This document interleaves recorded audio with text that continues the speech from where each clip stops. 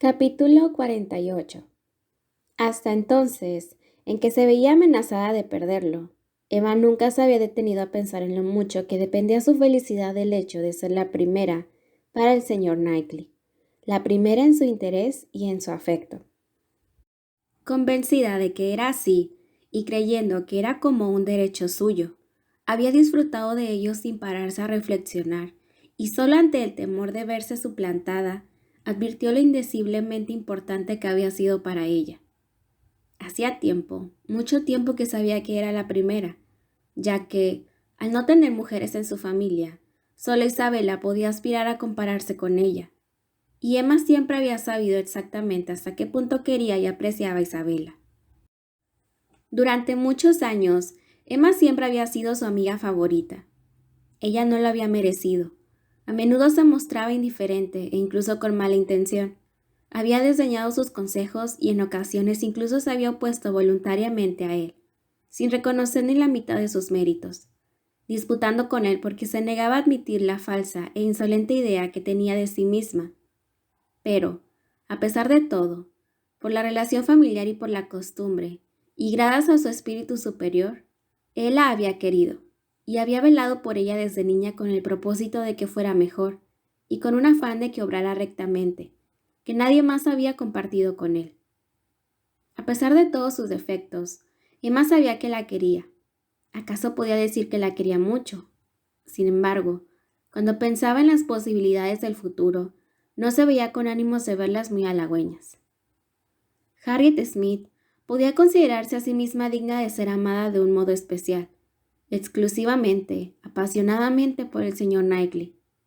Ella no. No podía engañarse a sí misma pensando que él estaba ciego al sentirse interesado por Harriet. Tenía una prueba muy reciente de su imparcialidad. Cómo se había disgustado al ver su proceder con la señorita Bates. De qué modo tan claro y tan enérgico se había expresado sobre aquel caso. No demasiado enérgico si se tenía en cuenta la ofensa, pero sí, con mucho, demasiado enérgico, como para suponer que detrás de aquella actitud había un sentimiento menos rígido que el de una justicia inexorable y una buena voluntad clarividente. No tenía esperanzas, nada que mereciera el nombre de esperanzas de que pudiera sentir por ella aquella clase de afecto en la que ahora pensaba. Pero había una esperanza, a veces débil, otras mayor, de que Harriet se hubiese engañado a sí misma y diera al afecto que el señor Knightley sentía por ella más importancia de la que en realidad tenía.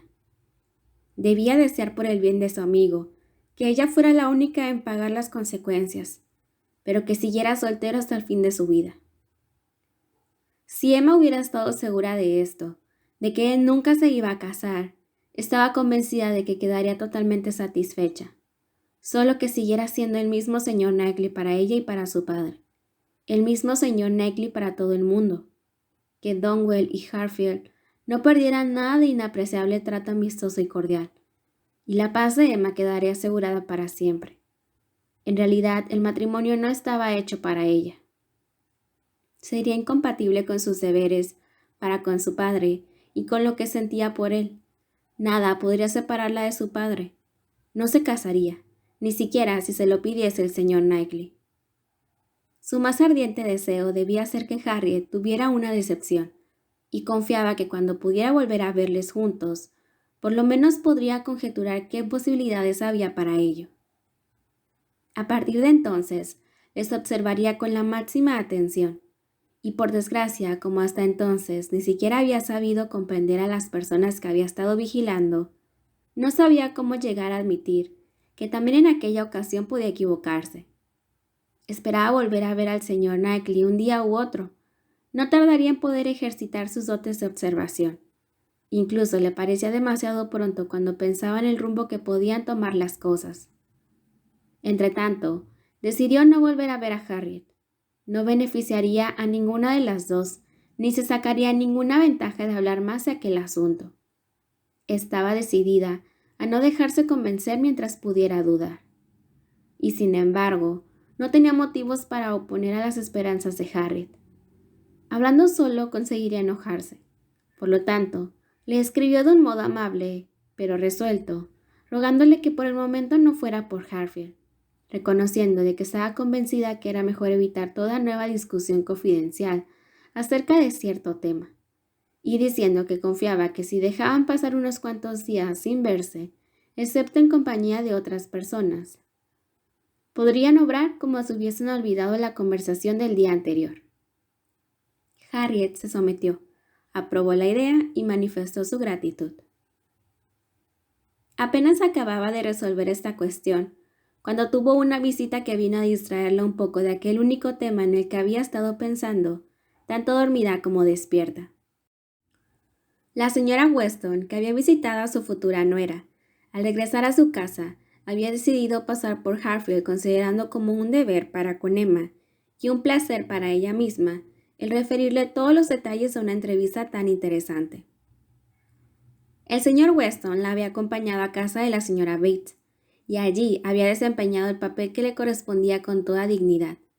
Pero luego su esposa había convencido a la señorita Fairfax para que salieran juntas a dar un paseo, y ahora volvía con muchas más cosas que contar, y muchas más cosas que contar con satisfacción, de las que un cuarto de hora pasado en el salón de la señora Bates, en la embarazosa situación que allí se hubiera creado, hubiesen podido sugerirle. Emma sentía un poco de curiosidad y prestó mucha atención a todo lo que le iba contando su amiga. La señora Weston había efectuado aquella visita en un estado de ánimo muy incierto, y al principio había pensado que por el momento era mejor no visitarlas, y conformarse con escribir a la señorita Fairfax aplazando esta ceremoniosa visita hasta que hubiera pasado algún tiempo más, y el señor Churchill accediera a que se hiciese público el compromiso, ya que había que tener en cuenta que, en su opinión, una visita como aquella no podía hacerse sin que se diera Paul a comentarios. Pero el señor Weston pensaba de un modo muy distinto. Estaba extraordinariamente ansioso por demostrar a la señorita Fairfax y a su familia que aprobaba la elección de su hijo, y no concebía que aquello pudiese despertar ninguna sospecha.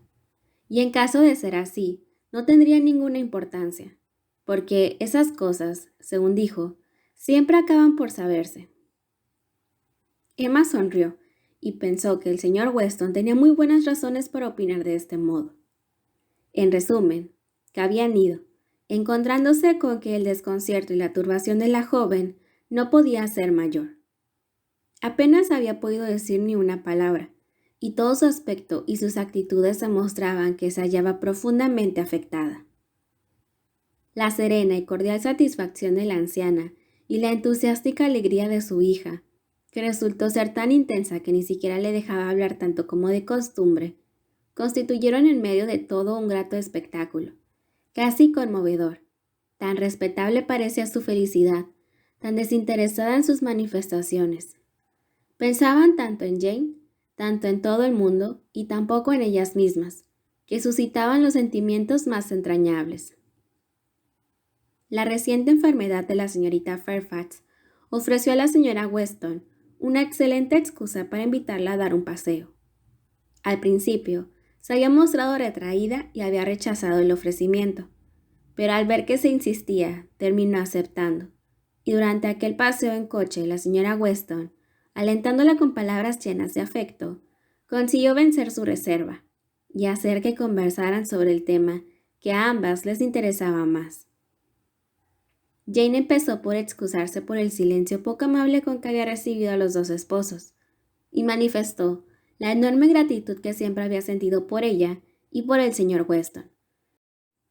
Pero una vez terminadas estas efusiones, hablaron durante un buen rato del estado presente y futuro de aquel compromiso matrimonial. La señora Weston estaba convencida de que aquella conversación debía constituir un gran alivio para su compañera, que durante tanto tiempo había estado tan encerrada en sí misma, y quedó muy complacida con todo lo que ella le dijo acerca del caso. Sobre todo lo que había sufrido, ocultándolo durante tantos meses, continuó la señora Weston. Me ha hablado con mucha energía. Una de las cosas que me ha dicho ha sido: no voy a decir que desde que me prometí con él no haya tenido momentos felices, pero sí que desde entonces no he disfrutado de una sola hora de tranquilidad. Y al decir esto le temblaban los labios, Emma, y te aseguro que ha sido algo que me ha llegado muy hondo. Pobre muchacha, dijo Emma. Entonces, ella cree que hizo mal al aceptar el prometerse en secreto, ¿no? ¿Qué hizo mal? Creo que nadie le haría más reproches de los que está dispuesta a hacerse a sí misma. Las consecuencias, me decía, para mí han sido un estado de continua zozobra, y así tenía que ser, pero a pesar de todo, el castigo que un mal proceder puede acarrearnos, el proceder no por eso deja de ser menos malo. Sufrir no es expiar. No puedo disculparme. He estado obrando contrariamente a lo que yo creía que era justo, y el final feliz que ahora ha tenido todo y las atenciones que estoy recibiendo es lo que mi conciencia me dice que no merezco. No se imagina usted, me ha dicho también, que he recibido malas enseñanzas. No creo que puedan tener la culpa los principios que me dieron ni los amigos que se cuidaron de educarme.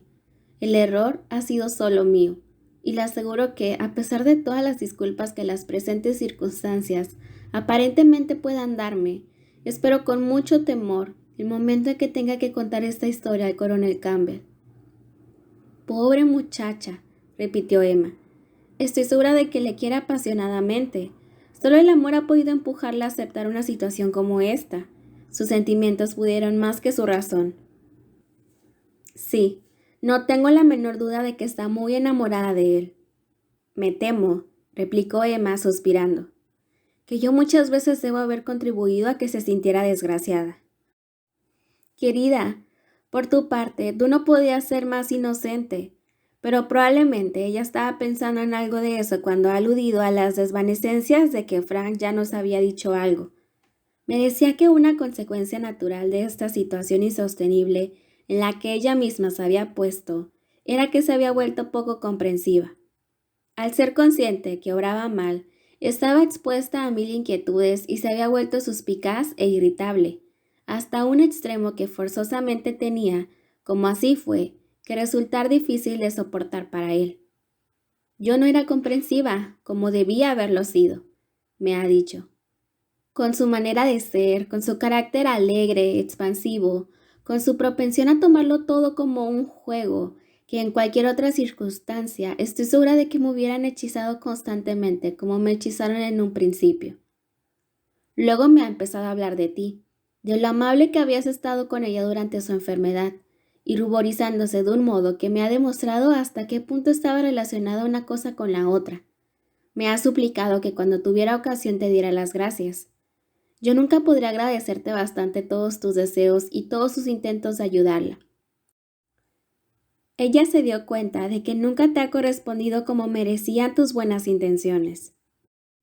Si yo ahora no supiese que ella es feliz, dijo Emma muy seria, y tiene que serlo, a pesar de los escrúpulos de conciencia que pueda tener en estos momentos, no podría aceptar que me diese las gracias, porque si fuéramos a hacer recuento de todo el bien y todo el mal que yo he hecho a Jane Fairfax, bueno, dominándose e intentando mostrarse más alegre.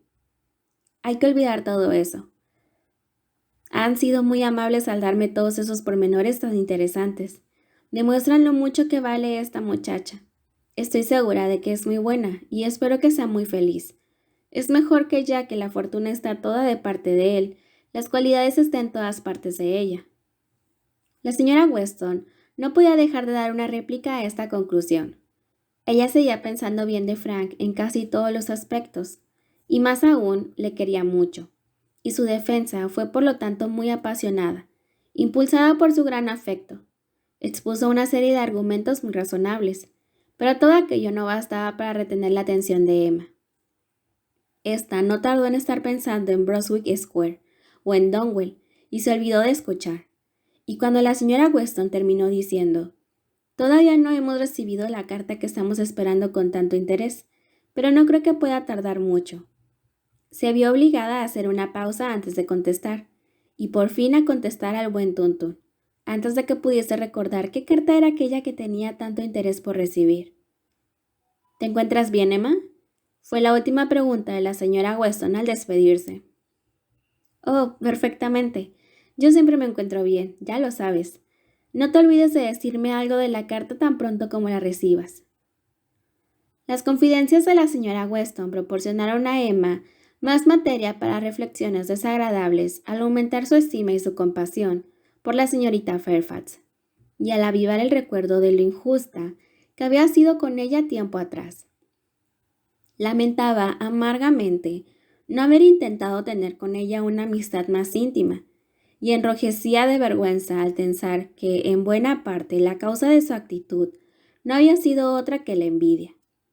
Si hubiese hecho caso de los deseos del señor Knightley, prestando estas atenciones a la señorita Fairfax, como era en todos los aspectos su deber, si hubiese intentado conocerla mejor, si hubiese hecho todo lo posible por su parte porque se estableciera un trato más íntimo, si hubiese tratado de hacer de ella su amiga en vez de elegir a Harriet Smith, de haber obrado así, según todas las probabilidades, ahora se hubiese ahorrado aquellas zozobras que entonces estaban acosándola.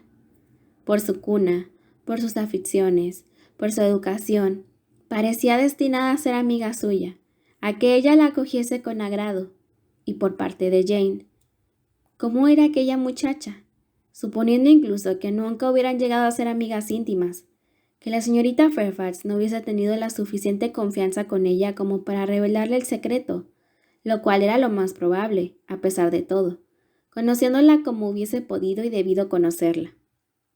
Se hubiese evitado concebir aquellas odiosas sospechas acerca de un indigno enamoramiento con el señor Dixon, sospechas que no solo había concebido y alimentado en su mente, sino que también había confiado de un modo imperdonable a otras personas. Una idea que ella mucho temía que hubiera sido uno de los mayores motivos de aflicción para los delicados sentimientos de Jane, debido a la ligereza y al atolondramiento de Frank Churchill, de todo lo que podía hacer daño a la joven desde su llegada a Highbury. Estaba convencida de que ella había sido la fuente principal de sus inquietudes. Tenía que ver en ella a un enemigo perpetuo. Los tres nunca habían estado juntos sin que Emma no hubiese perturbado la paz de Jane Fairfax en mil detalles, y en Box Hill tal vez había conocido unos sufrimientos espirituales que le habían hecho pensar que ya no podía resistir más. Aquel día en Hartfield, el atardecer fue muy largo y muy triste, y el tiempo pareció contribuir a hacer más sombrías aquellas horas. Se desató una borrasca de lluvia fría, y julio solo era patente en los árboles y arbustos, que el viento iba desnudando, y en la duración de la luz, que prolongaba aún por mal tiempo aquel melancólico espectáculo. El mal tiempo afectaba al señor Woodhouse, y el único modo de que se sintiera pasablemente a gusto fue recibir constantemente atenciones por parte de su hija, que a Emma le costaron doble esfuerzo del que hasta entonces había necesitado en aquellos casos. Aquella tarde le recordaba la primera vez en que padre e hija quedaron solos, la tarde del día en que se casó la señora Weston. Pero poco después del té, el señor Knightley había ido a visitarles, disipando así hasta la última sombra de tristeza. Pero aquellas gratas demostraciones de la atracción que ejercía Hartfield, como lo probaba aquel tipo de visitas, no tardarían mucho en tener un fin. Las perspectivas de tedio que entonces Emma había previsto para el invierno siguiente habían resultado erróneas. Ningún amigo les había abandonado. No habían perdido ninguna distracción. Pero ahora temía que no iba a ser tan afortunada como entonces en el resultado de sus sombrías predicciones.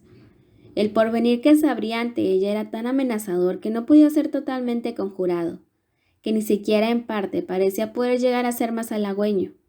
Si todo lo que podía ocurrir en el círculo de sus amistades ocurría, Hartfield debía quedar relativamente abandonado. Y ella tendría que alentar a su padre con los ánimos que le quedaran con su desaparecida felicidad. El niño que iba a nacer en Randalls crearía un vínculo mucho más fuerte que el que representaba ella misma, y el corazón y el tiempo de la señora Weston serían absorbidos por él. La perderían, y probablemente, en gran parte, iban a perder también a su marido. Frank Churchill no volvería más, y era lógico suponer que la señorita Fairfax pronto dejara de pertenecer a Highbury. Se casarían y se instalarían en Escombeo cerca de allí. Iba a perder a las personas que más apreciaba. Y si a estas pérdidas había que añadir la de Donwell, ¿qué amigos cordiales e inteligentes iban a quedar cerca de ella? El señor Knightley ya no volvería a hacerles compañía por las tardes. Ya no volvería a visitarles a todas horas como si estuviera siempre dispuesto a cambiar su propio hogar por el suyo. ¿Cómo iba a poder soportar todo eso? Y si la causa de que le perdieran era Harriet, si a partir de entonces había que resignarse a la idea de que se encontraba en la compañía de Harriet todo lo que él necesitaba, si Harriet iba a ser para él la elegida, la primera, la amiga más querida, la esposa en quien debía cifrar toda la felicidad del mundo, ¿qué podía resultar más desconsoladora para Emma, sino la que no podría jamás apartarse de su mente, de que todo habría sido obra suya? Cuando sus reflexiones llegaban a este punto extremo, no podía evitar estremecerse, emitir un profundo suspiro e incluso pasar por la habitación durante unos breves segundos. Y el único pensamiento del que podía extraer algo parecido a un consuelo, a una resignación, era su decisión de que a partir de entonces iba a corregirse, y la esperanza de que, aunque el próximo invierno y todos los demás inviernos que vinieran no pudieran compararse a los pasados en animación y en alegría, iban a encontrarla más sensata, conociéndose más a sí misma, y terminarían dejándole menos cosas de que arrepentirse.